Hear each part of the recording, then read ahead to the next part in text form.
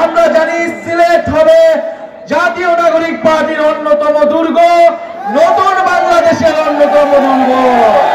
ইনকিলাব ইনকিলাব, এই ক্ষমতা না জনতা, ইয়া পোস্টা সংগ্রাম, ইনকিলাব ইনকিলাব, এই মুজিববাদ মুজিববাদ, ইনকিলাব ইনকিলাব, অ্যাকশন টু অ্যাকশন, ইসলামের অ্যাকশন, চাঁদাবাজের বিরুদ্ধে, এই দুর্নীতির বিরুদ্ধে, এই মুজিববাদের বিরুদ্ধে।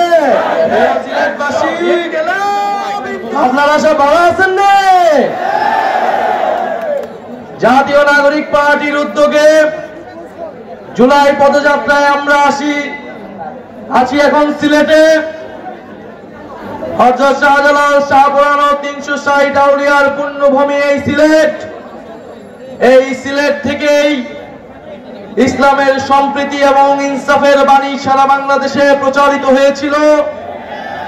আমরা আছি বহু সংস্কৃতি বহু জাতির এই সিলেট অঞ্চলে, যেখানে আমাদের সিলেট ইতিহাস এবং ঐতিহ্য এবং সংস্কৃতির ধারক বাহক, সিলেট বাংলাদেশের আত্মপরিচয়।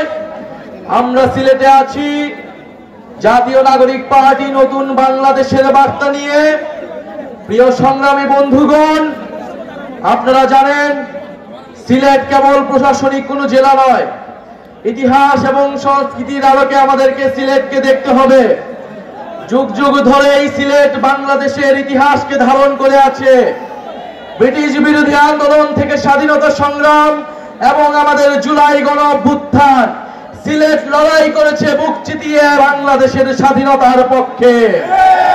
এদেশের জনগণের মুক্তির লড়াইয়ে সিলেট ছিল অগ্রগামী। এই বাংলাদেশের পূর্বাঞ্চলে সিলেট ছিল অন্যতম কেন্দ্রভূমি।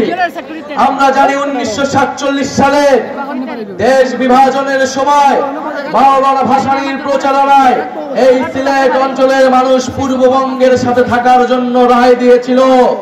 কিন্তু আমরা আমাদের পূর্ণ সিলেট পাইনি, করিমগঞ্জকে কেটে নেওয়া হয়েছিল। আসামের সাথে আমাদের সিলেটের বহু অংশকে জুড়ে দেওয়া হয়েছিল। এই পূর্ববঙ্গকে ঠকানো হয়েছে সেই ব্রিটিশ আমল থেকে, সেই পাকিস্তান আমলে এবং আওয়ামী লীগ আমলে। এই সিলেট অঞ্চলের মানুষকে, এই সিলেট অঞ্চলের গ্যাস খনিজ পাথর সব সম্পদ থেকে বারবার বঞ্চিত করা হয়েছে। প্রিয় সংগ্রামের সিলেটবাসী, আমরা আজকে আপনাদের কাছে এসেছি জুলাই গণ অভ্যুত্থানে আপনারা যেই সাহসিকতার সাথে লড়াই করেছেন।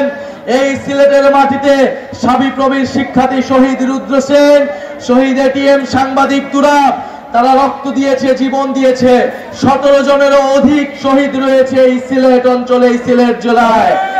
আমরা সেই সকল শহীদের উত্তরসূরি, আমরা সেই সকল শহীদের রক্তের শপথ নিয়ে নতুন বাংলাদেশ গড়তে আজকে এই সিলেটে এসেছি। প্রিয় সংগ্রামী বন্ধুগণ, আমরা জানি লন্ডনে বাঙালিদের অধিকাংশই হচ্ছে সিলেটি। সিলেটেরা লন্ডনকে জয় করেছে, বাংলাদেশকে জয় করেছে। আজকে লন্ডনের রাস্তায়, টাওয়ার হ্যামলেটসের মসজিদে, স্কুলে, রেস্টুরেন্টে আমার সিলেটি প্রবাসীর ভাইয়ের ঘামে বাংলাদেশের অর্থনীতির চাকা ঘুরে। আমরা সেই সকল প্রবাসী ভাইদের ভোটাধিকারের জন্য কথা বলছি।